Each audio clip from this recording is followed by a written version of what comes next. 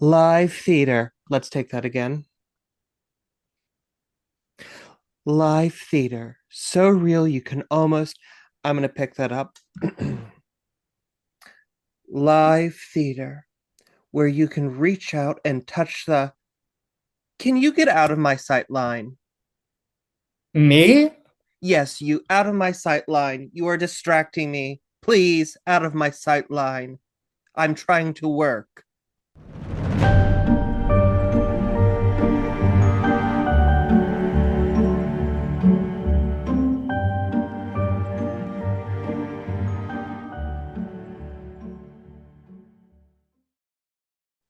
And welcome back to another episode of Crips and Corks. I'm your host, DJ, the juiciest fruit in the entire pack, along with my co host.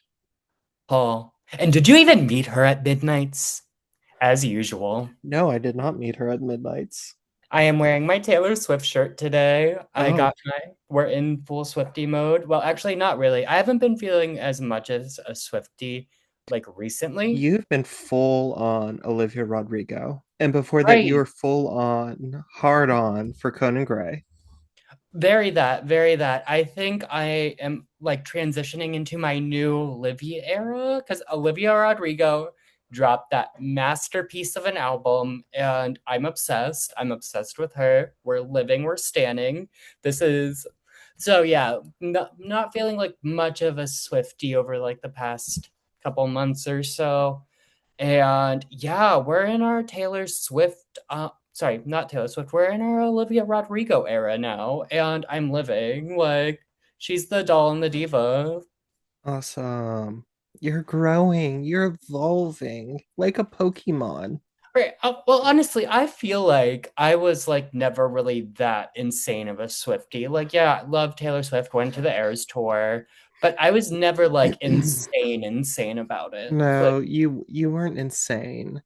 Were you there? You were there. wait, what do you mean there? You once tried to tell me, granted you were drunk, but you tried to tell me that Taylor Swift was the single greatest poet of our generation and that she was underestimated because everyone thought she was just a rock star, a pop star. I mean, I somewhat do think she's one of the greatest lyricists of our generation for sure. And what is music but poetry that is Set to music. exactly. But I do think she's one of the great lyricists of our generation No, for I sure. definitely agree, but it was just you in full stop. She is the greatest poet of our time. I don't think that. I was definitely drunk for sure. You But were, because you kept repeating, she thought it was red, but it was maroon. It's darker. yeah, exactly. Like Maroon, how the transition the Swifties get it. I don't have to get it until like red No, I transitioning into maroon. Like she no, thought love was burning red, but it was like golden, but it was I actually maroon. I Yeah. get it. No, I get it. I'm just The color theory of it all. We'll get you mocking there. you. It's so funny you're trying to explain color theory to me and you're colorblind. Well, I did to study. You can still study color theory because when I went to school for my graphic design degree, I had to take some color theory classes for Hmm. sure.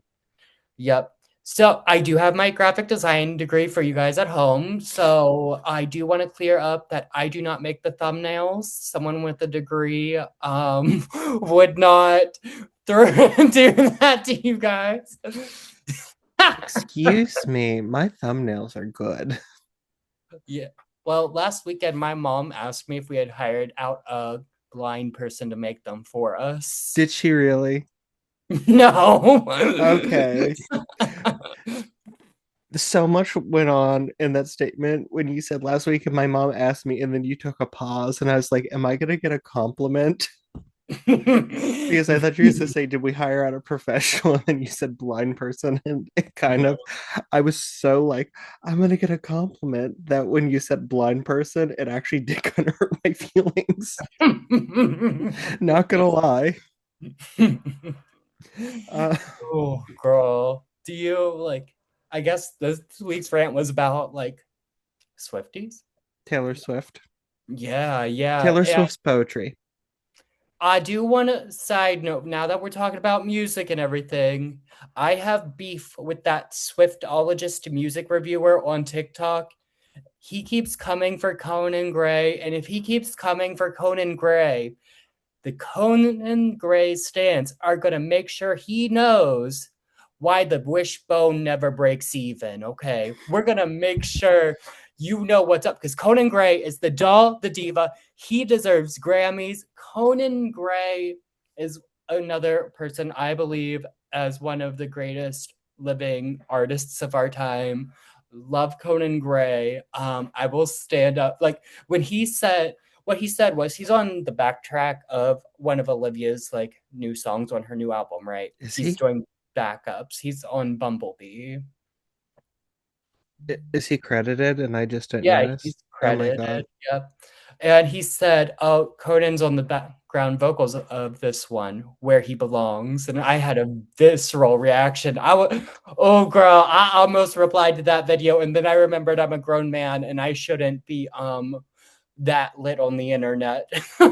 I shouldn't be that angry on the internet over some. Yeah, I get I he's like am. I'm gonna send me this link. I'm gonna rip him a new one. I'm gonna break his wishbone unevenly. exactly. He's about to find out why the wishbone never breaks even. I'm gonna take that sweater that was given to Heather back and I'm gonna shove it down his throat. Period. Okay. That was We for need, entertainment purposes. Don't sue us, Swiftologist. yeah, no, no, no, no. Also, I think that the sweater given to Heather is figurative. It's a Yeah. metaphor. It's an allegory. Oh, I love allegories. I would name my They're daughter a little that. scary, especially like when they're in the swamp and everything and you can't see them and then they come up like out of nowhere and attack you. Alligators. Yeah, exactly. That's what you said. Right, Alligator. right, right, Alligator. right, right. Well, Paul, what are you drinking today? Because Today, we're being a for little. for our audio listeners, we're not together. Oh, they can tell because the audio quality for sure. Oh, The shut the fuck up. audio. They I know. have a microphone. I'm not just relying on my computer. I have not figured out the microphone laptop thing, so that's not my Okay. fault. I haven't figured it out. It's okay. I have a spare one from when I was going to do another podcast with somebody, and they asked me to get them a microphone, and then the podcast never went off. So, and it's a black one, so you can tell it's not for the podcast, and it can be your when we Zoom microphone. Cool, cool. Well, today I'm drinking a Buzzball. Oh, Jesus. It is berry cherry limeade flavored, and I'm super Oh, excited. I do like that flavor. Yes, so we're drinking a Buzzball. What are you drinking? I'm drinking tea. There may or may not be Girl, something in it. I didn't even know that was an option. I thought it had to have alcohol in it. No, I just assumed since you were driving 3 hours after this But that you yeah, wouldn't be drinking. I was gonna have half the Buzzball on this episode and half the Buzzball Do on you the want to next go get one. a Diet Cola? I don't have any diet. I don't have anything right now because Um, I'm leaving. I'm going to Maryland. it is okay. It is Well, crazy to me that like you go away for a weekend and you make sure there is nothing left in your house. I don't do that. It's just like It feels like it. I'm a bachelor. I only cook for me. I don't keep that much food in the house in general. I don't have my personal chef cooking for me every day like you do. You should keep the essentials on hand always, and Diet Coke is an essential. Girl, well, either way, I'm sure I'm gonna go on back to Maryland and it'll be fine when I Okay, get. for the next one, I will make sure to get an alcoholic beverage because Okay. we're recording back to back. All right. I'm drinking tea, you're drinking Buzzball. That sprayed me. It Ooh. also didn't click on we couldn't hear it. Oh well. Anyways, cheers. Cheers, Buzzball, yay. How many grapes are you giving it? That's good. I'm giving that 5 grapes. That's real good. That tastes real good.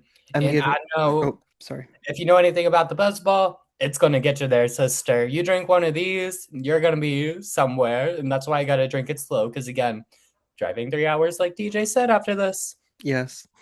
I'm giving mine 5 grapes as well. I drink a cup of tea with honey every morning. So if I didn't like it, I wouldn't do it. Mm-hmm. Yeah, I'm not a tea girly, but that's neither here You're nor not a hot there. beverage girly. Do you drink iced tea? No. Well, I Mm, do drink iced tea. I do love iced tea. okay. But we've been bantering too long this episode. We gotta We have, dive and this is a right long in. one. Yep. So let's All right. dive right in. Let me tell you a story. Whoa. Have you not heard the prophecy that France would be ruined by a woman and saved by a virgin from the marshes of Lorraine? These words were the only hope of the people of France as they faced a foreign invasion. No one knew when the virgin would come to save them. But one day, a young girl named Jeanette was in her father's garden when she heard a voice give her a command which would lead her to become France's most celebrated hero. Today, we will cover Joan of Arc. Did you say virgin's gonna save them? Like Yes, virgin. virgin. That's why a virgin? That, or maybe was that like a religious thing? Were they thinking of Jesus? No, that was Mary who was the virgin. So there is a tie-in to the virginity. Mm-hmm. So the prophecy, France would be ruined by a woman saved by a virgin. That woman was a whore. Oh, okay. Okay. Interesting. Yeah. See, I've had the opposite experiences in my life. Usually the virgins ruin your life, and then the whores, they give you a good old time, okay? I don't know. My life has been ruined by plenty of whores. Oh, same, same. Which that'll probably be our rant on the next episode because the Yes. gays have gone too far. And we'll talk about that on the next episode. Yes, But we for will. now, I'm excited to learn about Joan of Arc because I don't really know who she is. Is she a saint? She is a saint, but we'll get into that later. Okay, period. Let's get into it. So, the girl we would come to know as Joan of Arc was born in 1412 in the tiny village of Domremy in the Lorraine region of Do re France. mi? Shit. Domremy. Do re mi fa sol la ti do. Yes, but it has an M in it, not an M. Wait, Oh, do re Domremy. mi. Yeah, so Yeah. the M is silent. I got you. I got you. Now, later stories would say that she was born on January 6th, the Christian feast of the Epiphany. Joan of Arc did January 6th. Conspiracy confirmed. I forgot about that one. And where was Joan of Arc on January 6th? These are the questions we need answered. Joan of Arc is an insurrectionist. Oh my God. She's dead She right kind now. of is. She actually kind of is an insurrectionist. Period. Okay. So the Feast of the Epiphany marked the visit of the Magi to the infant Christ after his nativity. Now, these later stories, which attribute her birthday as being January 6th, also stated that her birth was marked by the entire village's flock of chickens simultaneously clucking in unison at the moment of her birth. Now, You said Paul, clucking? yeah, Oh my god, all the cocks came together for her birth? and she was a Girl, virgin. she was in the prophecy, okay? Now, Paul, how was your birth announced? Because I feel like there was no Facebook, there was no Twitter then. And I mean, you come from the mountains, so there was obviously no newspaper. So I feel like, did your parents just walk out on the porch and yell, "Hey, Earl, we have a son. He's kind of small. He kind of looks a little weak. He's got a limp wrist. We can beat it out of him." Little It did they kind of know. was very that, followed by a lot of gunshots. Oh, Because in the country, when you celebrate, you shoot guns. It's not like other places where if you hear gunshots, it's a scary thing. It's a celebratory thing where I come from. oh, good to know. Good to know. I mean, the kings of England are their births are also marked by gunfire, but normally a 21 gun salute. 121 guns. Throw up your. Go ahead. Okay. She was born to Jacques d'Arc and Isabelle Romay. Jacques d'Arc was a free peasant farmer. Now, we hear peasant and we think impoverished, like squelching in the mud, searching for potatoes to give Did you to. say squelching? Yes. Girl, and if you know what squelching is, you know why that's hilarious. I know, but it is a very apt term for like what you do in mud, like the Mhm. sound of it. Damn, that bussy sounds like good squelch. That good bussy sounds sounds like sounds like digging squelch. for potatoes. Oh. um he was actually a very well-to-do member of the community. He owned 50 acres of land. He owned his own house, which was the only one in the village built of stone and all of the furniture inside of it. He had 200 to 300 francs in savings at a time when few people outside the nobility owned their homes, let alone land, and lived hand to mouth. And he would actually later be appointed a dean of the village as being the head of the village's watch. So he's basically like a city councilman and the chief of police. Okay, I got you. I got you. But like I said, in most things, he's like portrayed as like a peasant Mm. searching for potatoes. And this is Joan of Arc's dad, Yes, Jacques. Jacques. Her mother, Isabelle Romay, was also more than just a farmer's wife. She was born and raised in Vautambat near Domremy, and her brother would join the priesthood and become prior of a monastery, meaning their family had means to send him to get an education. Okay, okay. She also owned land in her own right in Vautambat, and it is believed that the stone house that her and her husband lived in had come from her family as part of her dowry. Ooh, okay, So she had okay. some money. Right, she was worth a little bop. Okay, she wasn't no one chicken whore. Okay, she was worth the entire plantation. Well, maybe not the plantation. No, not the plantation. The The state. homestead, The the homestead. The estate. homestead. That's good. That's good. Yes.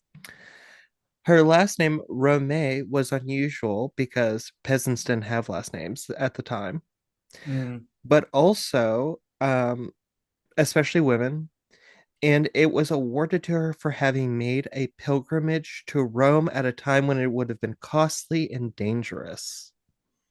Mm. So she was given this last name of Romay by the church, which was the most powerful entity other than the king. Oh, cool. That's good for her. Yeah. Jacques and Isabel would have five children: Jacquemin, Jean, Catherine, Pierre, and Jean. As a mark of their status in the village, at her baptism, Joan would have 12 godparents. Damn, why she need 12 for? So, Was she fat? They said this big bitch needs 12 no, grandparents. She's so big. no. So, A, it's a mark of status. Her father is a respected, well to do member of the community, but also, despite the fact that they were well to do, they weren't exactly literate. Hmm. There'd probably be like one or two literate people in the entire village. So obviously they weren't doing records. They were going and milking cows and digging for potatoes. Right. So the idea was you wanted to have as many people to record the date of a person's birth and baptism. Okay, okay. That makes sense. That makes sense. Now, Joan was born in the midst of the Hundred Years' War between the kingdoms of France and England. These tensions had first began in 1066 when William, Duke of Normandy, a vassal or subject of the King of France, conquered England and took the English throne as William the First. Now, despite the fact that he was king in his own right as Duke of Normandy, he remained a subject of the King of France and was required to pay taxes on his French lands to the King of France.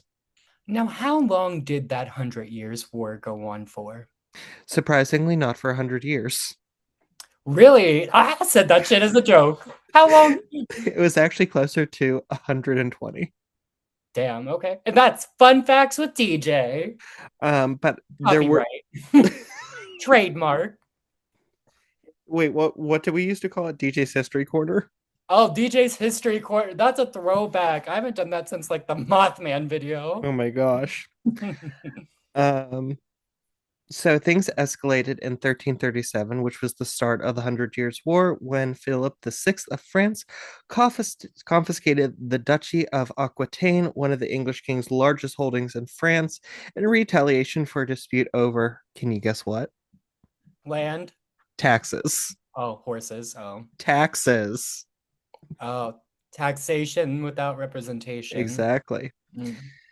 3 years later, King Edward III, a grandson of the French King Philip IV and a closer male relative than Philip VI, who was a nephew, claimed he was the rightful King of France and launched an invasion to claim France as his own, which would go on for, 120 years.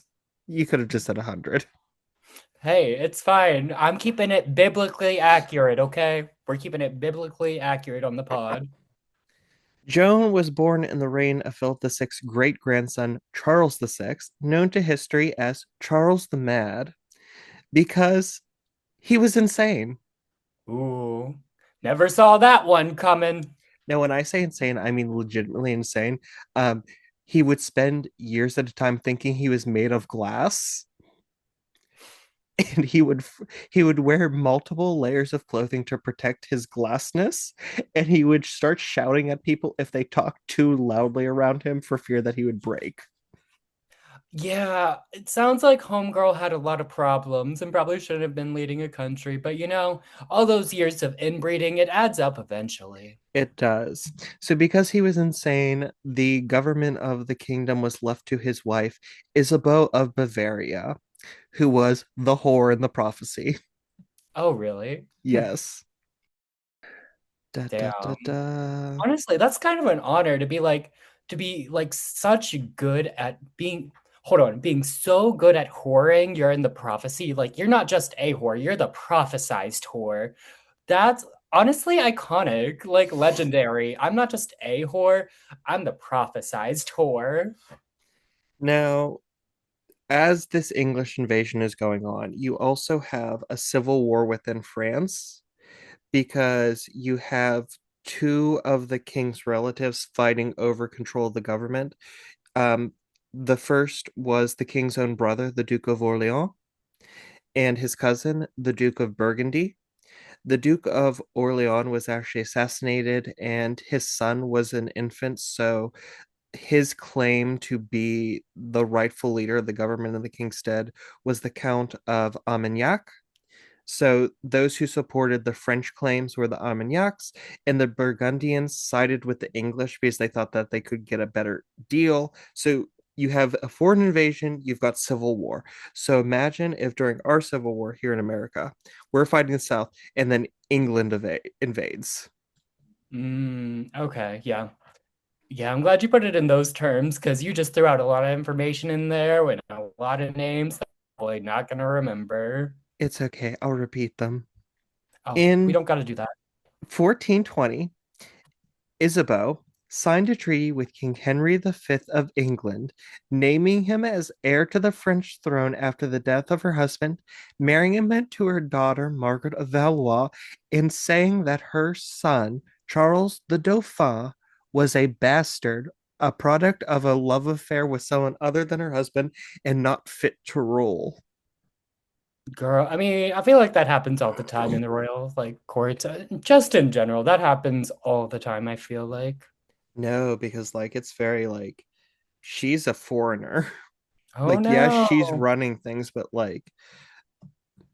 if she plays her cards wrong and she gets caught in bed with her squire, if she's squelching with the squires, Not squelching with the squires. That's crazy. she's gonna get beheaded. But yeah, so she disinherited her own son and effectively sold the kingdom of France to England, and this appalled the French. And many felt that it fulfilled the first part of the prophecy of Marie Robin, a noted mystic and visionary, who said, France would be ruined by a woman and saved by a virgin from the marshes of Lorraine. Things got complicated the next year when Henry V died suddenly, 2 months before Charles VI, leaving, according to the treaty, Henry's 9-month-year-old son as Henry VI, King of England, and Henry II of France. Mhm. Nice. So once again, we have a king who cannot assert his claim to the throne. Now, the Dauphin Charles's son, who is also called Charles, immediately declared himself as the rightful king of France and launched another war against the English with little effect, remaining with a government in exile in the city of Chinon under the protection of his mother-in-law Yolande of Aragon and unable to travel to the English-held city of Reims to be crowned. I've taken a few twinks to the city of Rems, if you know what I'm saying. Now, Joan's village of Domremy in the 1420s was a precarious place to live. It was a stronghold for the French supporters of the Dauphin, surrounded by Burgundian lands fighting for the English. In 1425, the village was raided by Burgundians and the town's cattle was stolen. Paul knows a thing or two about his beef being stolen. Yeah, yeah. Every time like I lose you at the club, like I'm like, oh my God, my cow's been stolen. My heifer! My heifer's gone. Where did my heifer go? It was also in that year. Jesus Christ. It was also in that year that 13-year-old Joan would have her first heavenly visit. She Well, was I've meant, had a couple heavenly visits. And if you pay the extra you 75, know, I think you have been visited by some heavenly bodies, but I don't think anyone has described you as a heavenly body visiting them. no, no, I'm kind of like Maybe a demon, a goblin. Schmeagol from the Lord of the Rings. Yes, you do got the Schmeagle eyes going on. Yeah, yeah. And that's like it's just like a fun added drinking game. Every time you notice one of my lazy eyes, just take a drink. And when Paul drinks, he definitely will walk up to people and be like, "My precious, do you want to make out?" Come to me. Oh, is that Hollister you're wearing? Have you? Okay, we need to get back to this. Sorry. Um, Joan, who is called Jeanette by her family, was a happy, pious, and conscientious young girl who was always there to help her parents and her community. Now, contrary to popular perception, she was not a shepherdess. Damn. And I always thought that's crazy. So, a lot of people assume she was a shepherdess. She would take the sheep and the cows out to the field to graze, but this was a rotating chore. You're just blowing my mind right now. I always thought she was a shepherdess. Turns out she's just some sheep virgin. Sorry, the Oh whore my was the God. other girl. She's just a sheep virgin. Now, one day, she was in the garden of her father's home when at midday, when the village church's bells were rung for prayers, she is surrounded by a bright, blinding light in which she saw a group of angels.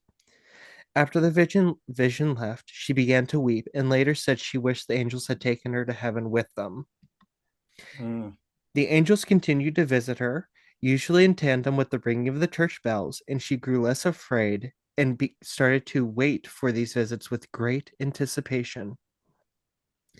She later said that after a few visits, she recognized the leader as Saint Michael the Archangel, a patron saint of Domremy and of France, who had beaten Satan in war and cast him out of heaven and into hell, as well as the Archangel Gabriel, who had appeared to the Virgin Mary to inform her she was chosen by God to carry his son Jesus Christ.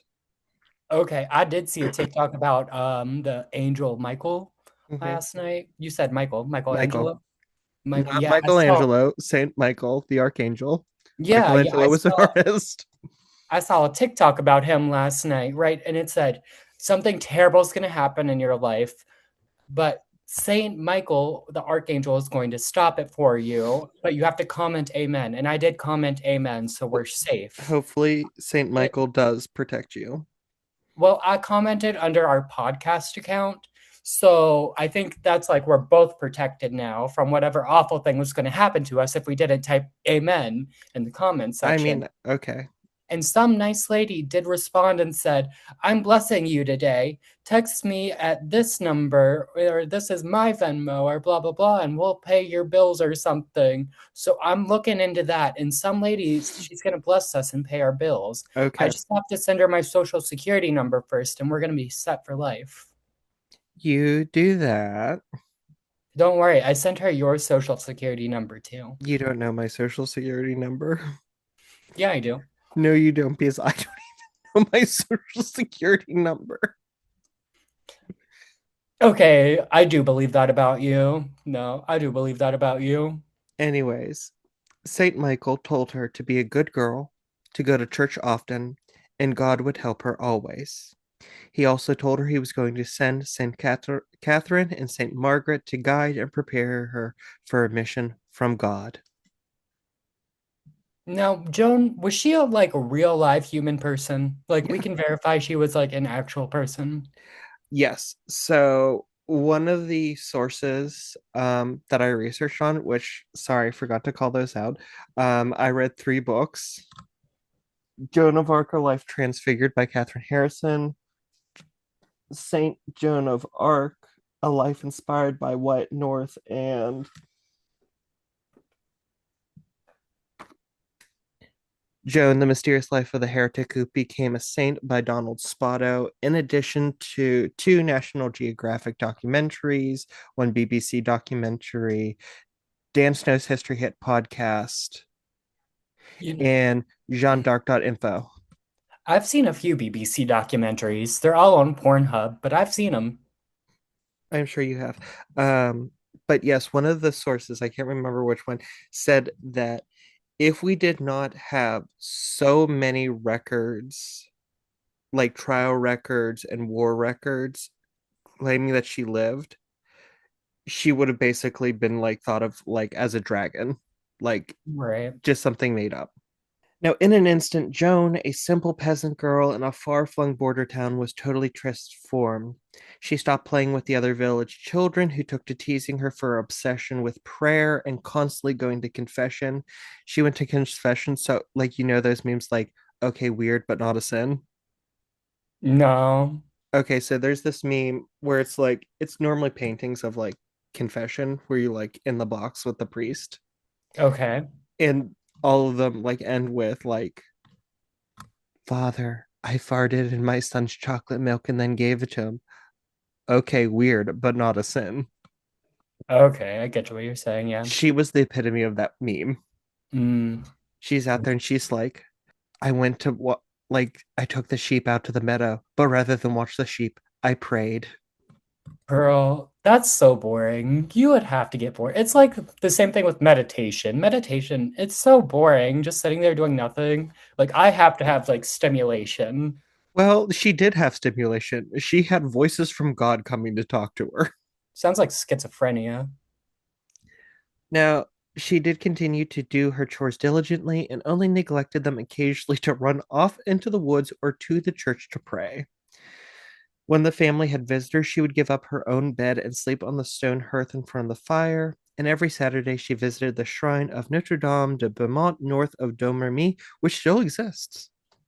She sounds like a real sad religious Cinderella, but it doesn't sound like she's gonna get to go to the ball. Sounds like her ball is gonna be war, and that's not fun. She never told anyone, not her priest, not her friends, not her family, about her visions from St. Michael, St. Catherine, and St. Margaret as they continued to visit her daily and sometimes hourly. They counseled her, they told her of the love of God and of the miseries of the French people, and she swore an oath of virginity to these saints. At the same time, her father had a recurring dream of Joan leaving Domremy with the army. Now, at the time, the only women who followed the army were prostitutes, and he feared that this was a warning from God about his daughter's future, and made his son swear if she tried to leave with the army to drown her. Girl, okay, I feel like this is going to be a recurring thing for me throughout this series. It's like, how do we separate this schizophrenia from people who are getting actual religious intervention? We'll cover that more in part two. Okay, period. And okay, it's coming up where Not that I don't believe religious intervention can't happen. Yeah, It's just like, no, how do we separate the two, which could be a whole nother series. yes. And you're going to start to see where she says things and then they happen, or she does things that like make no sense. Like, Mhm. so in 1428, the Burgundians laid siege to the nearby city of Vaucouleurs, the only large city in the east of France supporting the Dauphin, and the people of Domremy fled while they had the chance before the Burgundians marched the 13 miles to their village. The siege did not last long, and the villagers returned to find Domremy burnt out with its church destroyed. So I guess it was so far la ti da. It was gone. That was a really good one. Thank you. I do my best. It's hard being this insane. And also, this buzzball, you can see, like, maybe you can't see, like, I am like not even halfway done, and I am already feeling this shit so hard right now. When they tell you this shit's strong, it is strong. That it is.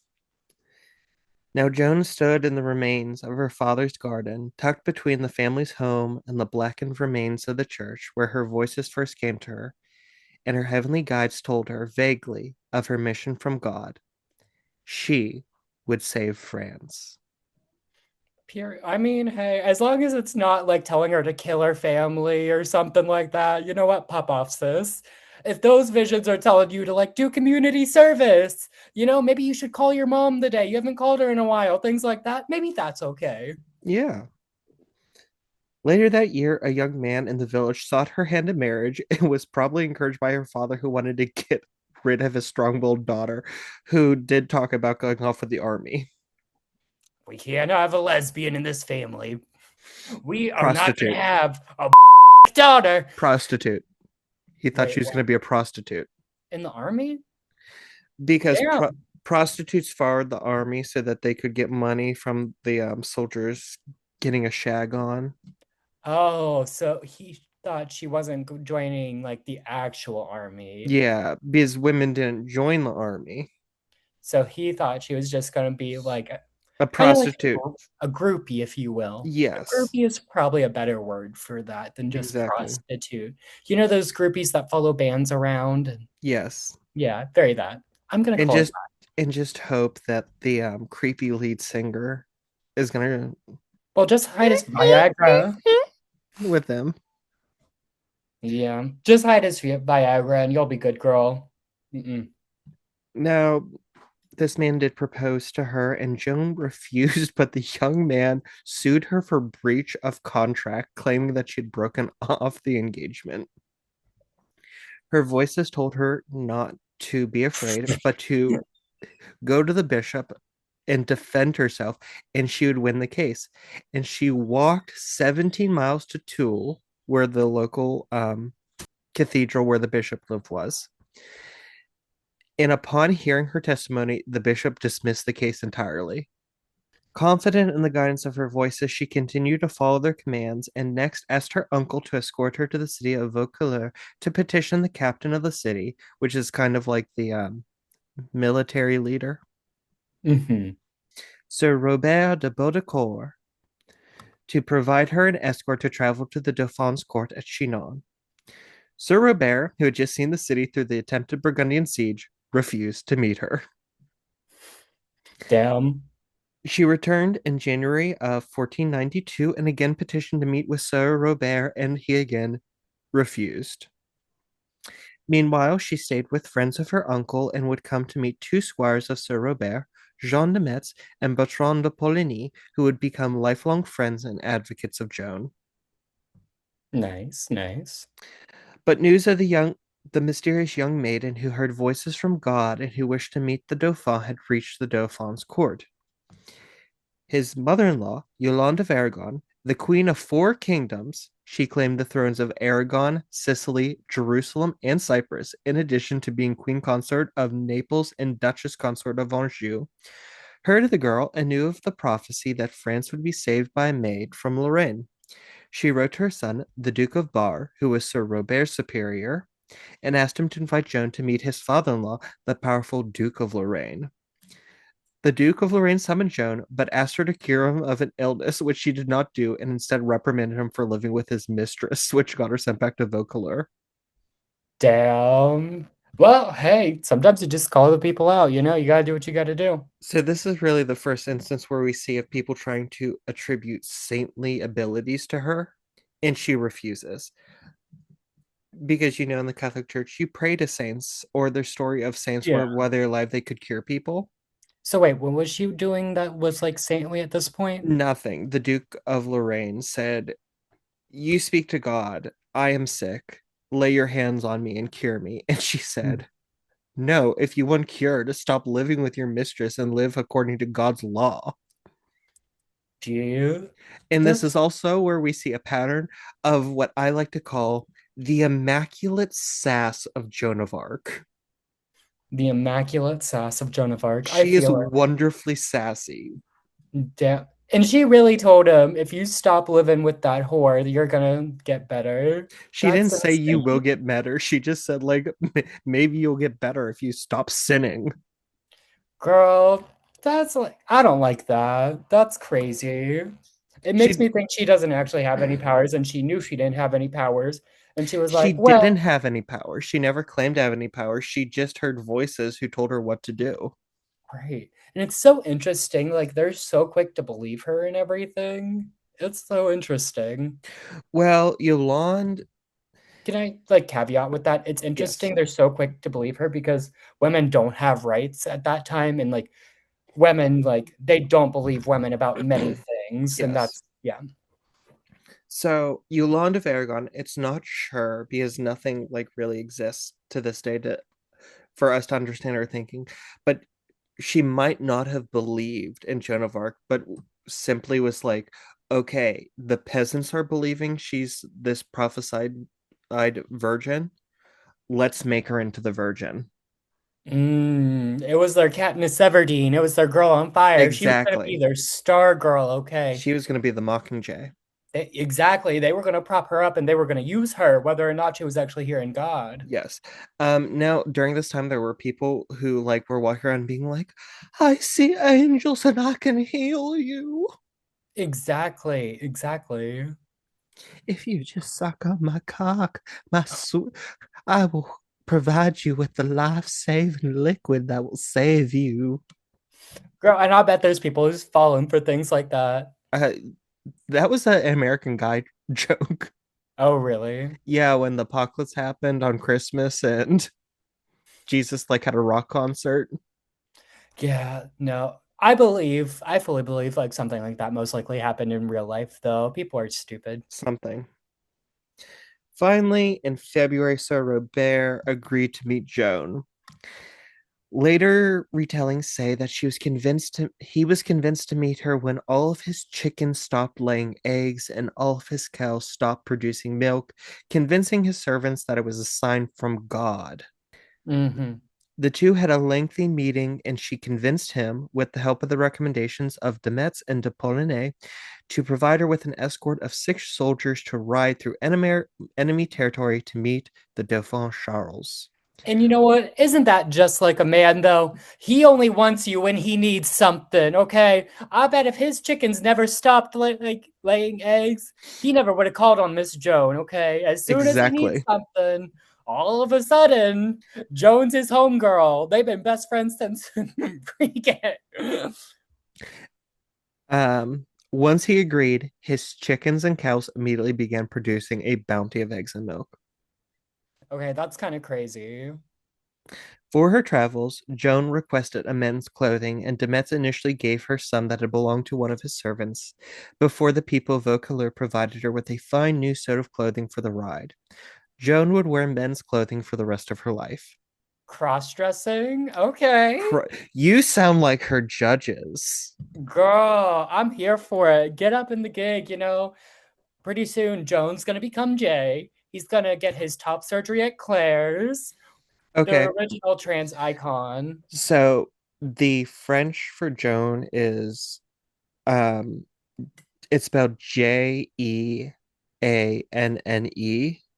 Okay. Which so it is the female form of so it's Jean, Um, Jacques. so her friend Jean, Jen, like Jean Valjean, and she would be Jean because the Okay, extra N's. So her name was basically the female equivalent of Jean, so she could have gone from Jean to Jean Jean, oh, or Jacques, or or Jacques if she wanted to be named after her father. But no, she did choose her own name, but that comes later. ooh, okay, the original trans icon. We're here for it. Also at this time, she cut her. So at this time, women never, ever, ever, ever, ever cut their hair. Ever. They just let it grow. But she cut her hair into like a men's haircut. She was that day's Britney Spears. Yes. Um, One really good explanation that I saw for that was she did it so that the men that she repeatedly talked to would take her seriously and stop treating her like a little girl. Mm. Mood, mood. Joan arrived at Chinon at the end of February, early March of 1429 at the age of 17. This bitch is taking on the most powerful men in the country at the age of 17. What were you doing at 17, Paul? I'll I tell you what you was were doing. You were sitting on Abby's couch, watching dance recital tapes and drinking vanilla Coke. okay. You don't have to call me out like that, but yes, that's what I was doing at 17. I was a little vanilla Coke addict, a little cookie cake addict. Oh, I forgot the cookie cake. Yeah, we'd get a cookie cake on a Friday night, girl. It was lit up at Abby's house on a Friday. We were going down, getting down. Okay, well, Cinderella's finally at the ball. Oh, okay, period. The Dauphin Charles and his court were all curious about the self-proclaimed seer, but they knew that they had to test her to see if she was for realsies. Hmm. The Dauphin had one of his servants dress in his royal robes and sit in his throne, and he himself disguised himself as a servant before having her brought before him. Joan entered and immediately told the servant on the throne he was not the Dauphin, and he then invited her to pick out the real Dauphin among the nobles in the room. Joan, without hesitation, walked past the nobles to the real Dauphin in his servant's clothes, fell to her knees and embraced him, and claiming him as the true Dauphin and the rightful king of France. Okay, that's pretty impressive. Okay, I mean, but also, wouldn't it just be the one who was like the least smelly? Like, No, because everyone smelled it at y- this time. oh, T. So there was like no like Royals didn't have like better hygiene or anything she could have used to like tell him apart from like the servants. No, it's all clothing based. Oh, that's interesting. Hmm. The two met in private, and she assured him that he was his father's son and the true king of France, and revealed her mission to him. God had sent her to lead his army to relieve the siege on the city of Orleans and then escort him to Reims to be anointed and crowned king.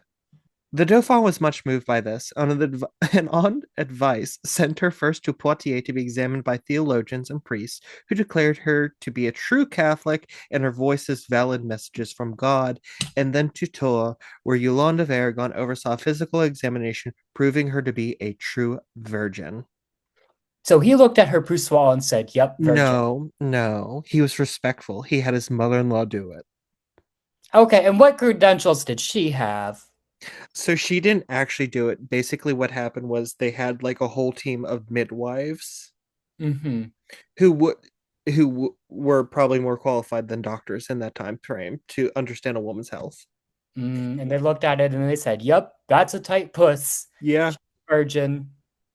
So they were probably looking at the hymen, which we now know is not an indication of virginity. Right.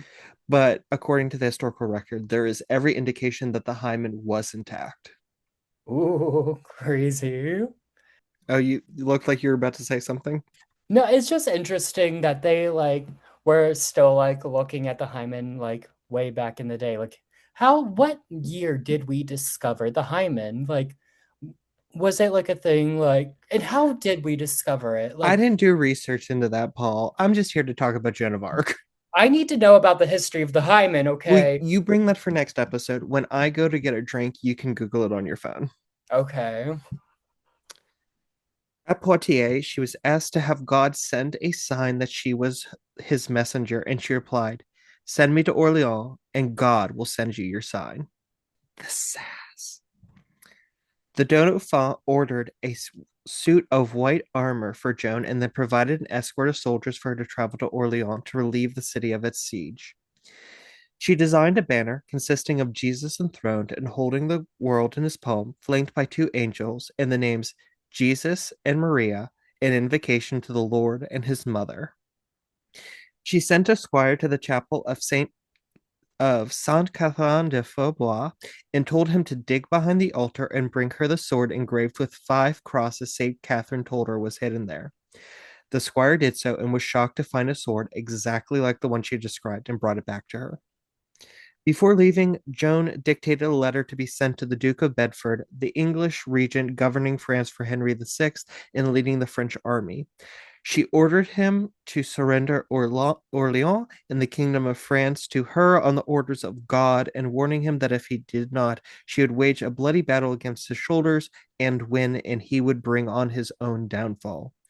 She signed the letter La Pucelle, French for the maiden or the virgin. For Okay, the rest Pucelle, I see you, girl. for the rest of her life, Joan would go by Jean Le Pucelle. Love that for her. Love that. She chose her own name. Yes. She's an So, icon. yes, the original Pussy Girl, the original Pucelle. Joan arrived at Orleans on April 29th, 1429, with a relief caravan bringing much needed food to the city. It was met by the military commander, Jean the Bastard, brother of the Duke of Orleans and cousin to the Dauphin. That is actually his historical name. Hmm. Good to know. Good to know. He told her that they would not be able to cross the Loire River into the city as the wind was blowing in the wrong direction for the boats to cross, and had been for days, and commented on the Dauphin sending a peasant girl to aid in the siege. AIDS. Sorry, Yes. PTSD. Joan said, "The counsel of our Lord God is surer and wiser, and promised, quote, better help than ever came to you from any soldier." And abruptly, the winds changed course to blow the boats across the river. Oh, damn. Another miracle. Another miracle. Another one down. She was greeted enthusiastically by the people of the city as their savior and less enthusiastically by the leaders of the army. On May 4th, the French soldiers switched from defense to make an offensive move on the English held fortress of Saint Lupus. Joan was asleep when the battle began, and when she woke and heard of the attack, she ran from her bed and mounted her horse and rode to the side of the battle. The battle was not going well for the French, and she arrived to find them in retreat. Arriving at the front line, she leapt off of her charger with her battle flag in her hand and shouted at her men to charge! For God, for France, charge! And she raced to the English as they're like firing cannonballs and throwing axes. And like medieval battle was insane Mm-hmm. because the first thing you felt was the sound. Oh, yeah, all the loud cannons and such, yeah. It was so loud you felt it before you heard it. I don't think I'd like that. It's like when you stand too close to the front at a concert and you can feel the vibrations. I don't like Yes. that. And then you get into the battle. Have you ever been in a mosh pit, Paul? No, better yet, you have been on the dance floor Lucky's at Pride. Yeah, and that's kind of like a mosh pit. Now, Um, imagine that, but people with clubs and axes are trying to slice your head off. right, instead of just trying to avoid my exes on the dance floor. Exactly, which I would argue that the axes are probably more perilous than your exes. Very that, very that. There's definitely one I'd like to see a lot more than the other. The tired French soldiers rallied and charged back into battle and reclaimed Saint-Lupus. The following day was the Feast of the Ascension, and there was no fighting, but Joan sent another message to the English telling them to surrender and leave, or she would slaughter them with God's help. And you know what? That's on period. And she stood 10 toes down and on business, and I like that. On May the 6th, the French offensive resumed, and with Joan at the front lines commanding the soldiers, they took the fortress of Les Augustins, leaving only the English stronghold of Les Tourelles at the end of the bridge across the Loire River from Orleans. If they could take Le Tourelle, they would have driven the English out. The French generals, however, wished to stop and hoped the English would just give up and leave. I know that's right.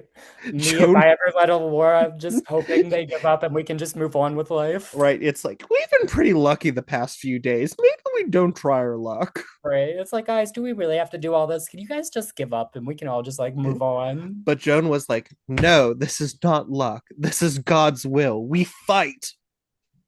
Period. Period. Yeah. Sounds On like they're May doing a lot of things for Joan's God's will.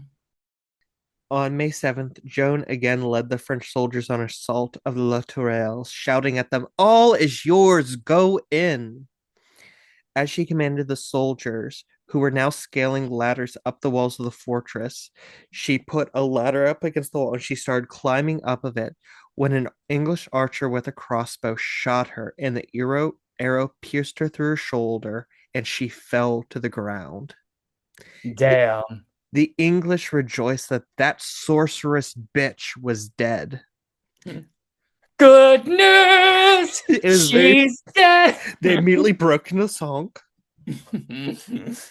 Um, The wickedest witch She that was ever carried was. off the battlefield, and rumors of her death bolstered the English, who began to repel the French as the French kind of like started to fall back. But once off the battlefield, it did appear Joan would die of her wound, and her comrades began to pray. The foul mouthed General Lahia even promised he would stop swearing if God let her live. Like, Joan was always telling him, Lahia, stop swearing. Man, this is giving like such movie vibes. Like, if people haven't made a movie about this, they need to. It Oh, is there are giving several like really good movies about this. it's giving black blockbuster feature flick. Girl, this is a movie. Joan regained consciousness, ripped the arrow out of her own shoulder, Yep, the shoulder. and upon being bandaged up, returned to the front lines to command the troops to continue. That night, the French took Le Tourelle, and the remaining English army to the north of the city retreated. Okay, Joan, unpopular opinion. Joan of Arc is that manager that expects you to be at work no matter what. Oh, you're sick? You best be at this desk. Oh, your mom's dead. You better be at this desk. Oh, there's 7 feet of snow. Well, hope you don't die on your way to this desk. yes, but also, so like very much that, but after the battle ended, she burst into tears, Mm-hmm. and everyone said, "Why are you crying?" And she said, "Because victory is not sweet with how much death I have wrought." Oh, that's very poetic. I like that. And she, after battle, while all the French generals were celebrating, she wandered the battlefield, praying over all of the soldiers, both English and French. That's pretty poetic. I like that. I appreciate that about her.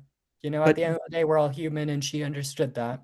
yeah, but Joan had lifted the siege of Orleans, and France had its sign from God. La Pucelle was here to save France.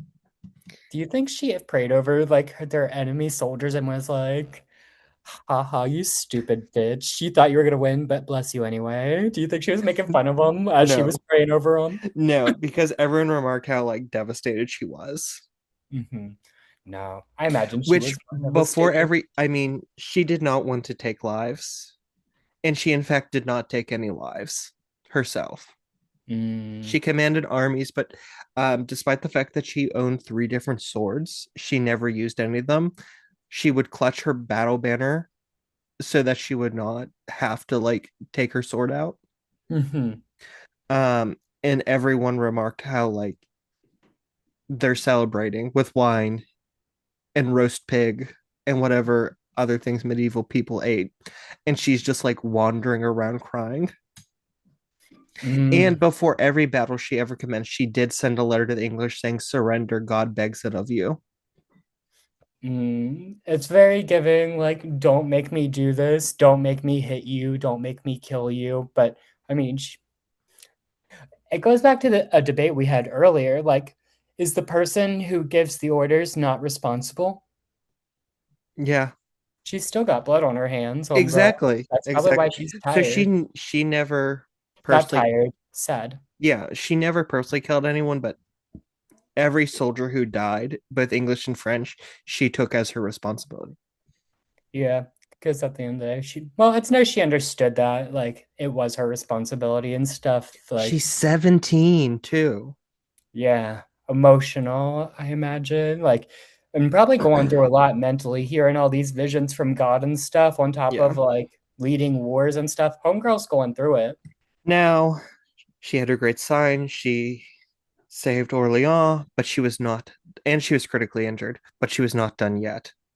She told her companions that saving Orleans was not her mission. She had to get Charles crowned at Reims, where every French king had been crowned. On June the 11th, Joan led an army through the Loire Valley to clear a path for the Dauphin to travel from Chinon. They first arrived at Jargeau, where the English retreated into the city. The general, the Count of Alençon, confessed her before the battle that he feared they would lose and he would die. She told him not to be afraid and that he would live and return home to his wife, but to move from where he was standing. Hmm. He later testified that within 5 minutes, a piece of artillery hit the exact spot where he stood and blown a man to pieces. Ooh, she knew. Joan rallied the soldiers to scale the walls to slaughter the English inside and had conquered the city by nightfall. During this battle, Joan herself began climbing a ladder to enter the city, but an English soldier threw a rock which split her helmet and forced her down, which it really amazes me that Joan of Arc, this great saint, this great commander of the French, this messenger of God, can be repelled the same way that Paul can be repelled from a twink by getting hit in the head with a rock. Hey, those rocks hurt, okay? And I've been pelted with many a rock in my time. Fun fact, you can also repel Paul from a Big Mac with a rock, which I have had to do on several occasions. Granted, it was the brick I carry in my purse, but I'm like a dog. You leave that shit sitting out too long, snatched. You walk away, go to the bathroom for a minute, you're done. so battle, battle, battle, win, win, win. Oh, Beaugency surrendered on the 18th, retreated towards Paris. So yeah, eventually the English did retreat towards Paris, and once again the French didn't want to pursue them, and Jim was like, "Hell yeah, we're pursuing them because if they get to Paris, they're going to get reinforcements and come back." And the Battle of Patay, Pate for the cat. exactly. Mother darling, would you like some pate? Grey Ex- Gardens. exactly. The Jinx Monsoon reference too. So with the Battle of Patay, the Loire River was open for the Dauphin and ended all hopes of a quick conquering for the English. Joan of Arc army marched north through the Burgundian-held Champagne region of France to Reims, clearing the way. Oh, you can tell I wrote this when I was tired. They marched through the Champagne region of France, clearing the way to Reims for the Dauphin. In 2 weeks of marching, only the city of Troyes attempted to resist surrendering. Joan ordered battle preparations, and the city immediately surrendered. On July 16th, 1429, Reims surrendered and opened its gates to Joan's army and the Dauphin. The next morning, he was anointed with the holy oil brought down from heaven by a holy dove for the coronation of Clovis, the first Christian king of France, and consecrated before being crowned with the crown of Charlemagne as Charles VII, King of France, in the cathedral, with Joan at his side, dressed in the full regalia of a noble knight. Having been crowned and anointed king, no one could depose Charles. Ooh, is that like foreshadowing? No, Oh, really? that's why it was so important. Hmm. I thought that was foreshadowing. I thought someone was gonna take them out. No, I mean, the English are still going to try. Hmm. As part of the coronation festivities, the Duke of Burgundy agreed to a 15-day truce and to surrender the city of Paris to the French as a sign of goodwill to begin peace negotiations. Though now officially king, Charles was not the brightest bulb in the pack and agreed, and was then shocked when the Duke of Burgundy said, "Psych, this shit's mine." Hmm. Joan, Yeah. Don't you hate when you get got by the Duke of Burgundy? Like, and honestly, he's a little full of himself. Just pronounce it Burgundy. Like, we get it. okay, I'll tell him that. Joan and her comrades wished to march on Paris immediately to reclaim it, but Charles hesitated as the Duke of Burgundy still offered to hold peace Ha! negotiations. You said Burgundy. I know. Finally, in August, Joan and her army marched on Paris in an attempt to liberate it from the English and Burgundian rule. Joan was given formal command of the army by Charles VII and led the army on an attack of the main gate of the city. But the Parisians, who had been occupied by the English for a long time, had grown accustomed to English rule and did not wish to be subjects to the King of France, and fearing Joan and her army would destroy the city, mounted a vigorous defense. During fighting, Joan would again be shot by an arrow, this time through the thigh, which left her stranded in a trench until fighting stopped at nightfall for her men to come and retrieve her. The following morning, Charles ordered an end to the assault, and Joan protested, saying she needed more time and more men, and she could reclaim Paris. Charles VII had never been keen on the war. Prior to Joan's arrival, he had often considered fleeing south to Spain or Portugal and letting Henry have France. Now that he was crowned king, he was even less keen on war and was eager to make quick peace with the Burgundians, to halt the English advance, and just rule southern France. To make sure Joan did not disobey his order to stop the siege, Charles ordered the bridge across the moat to Paris destroyed and then disbanded the army. That December, Charles did invite Joan back to court after she stayed with her family for a time to ennoble her and her family. She was granted her own coat of arms consisting of a crown, sword, and two gold fleur-de-lis, the royal symbol of France, usually reserved only for members of the royal family and their descendants. Nice. In June 1430, Joan and an army rode to the city of Campania to relieve it of a siege by the Burgundians. After that, they had written to her saying that the king would do nothing.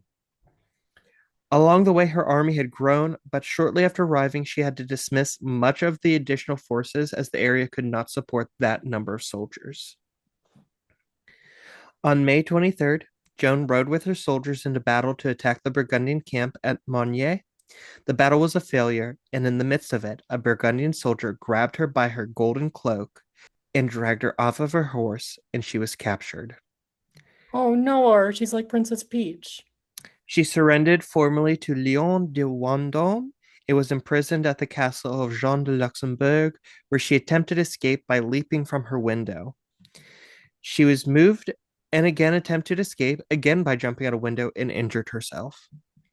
Despite the pleas of many in France, including her comrades in arms, Charles VII made no attempt to rescue Joan or pay the ransom for her release. Damn, he's fake as fuck for that too. She fought so far hard for him, and he's just like I said before, he don't need anything, so he don't need her anymore.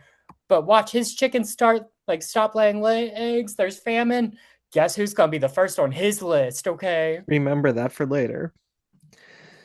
In November, the Burgundian ransom on her head was paid by the English, who moved her to their capital in Rouen, where we will pick up next week with one of history's most famous and corrupt trials. Ooh, a trial. Okay. Now I don't know much about 14th or whatever century that is. 13th, 13th 15th, century 15th, sorry. trial, 15th, 13th century law, or anything like that. So I'm not sure how fair it's going to be right off the bat here, but we're We not shall having see. high. I mean, this was even before they burnt women at the stake for being witches. So I feel It like was. something's gonna go down. Something bad's gonna happen. Our girl Joan, something they're coming for our girl Joan, and I don't think it's gonna be good. No. All right. So, Paul, any last thoughts? Um, honestly, it's giving Mulan vibes. It's definitely giving movie vibes. Every time you talk about the wars, I just picture that one scene in Lord of the Rings where they had that big battle. So it's also giving Lord of the Rings vibe for me. Very that. Interesting. Well, until next time, folks, please like, subscribe, and follow. Please connect with us on all of our social media. And if you have your own personal stories, please email us. Paul, where can they find you? You can find me at my personal Instagram and TikTok at Paulember, Paulember. And as usual, it's not delivery, it's DiGiorno. And if you'd like to follow me, you can do so at The Real Deech Powers on TikTok and on Instagram. And until next time, keep your grips tight. And your corks loose. Bye. Bye. Get out of my sight line.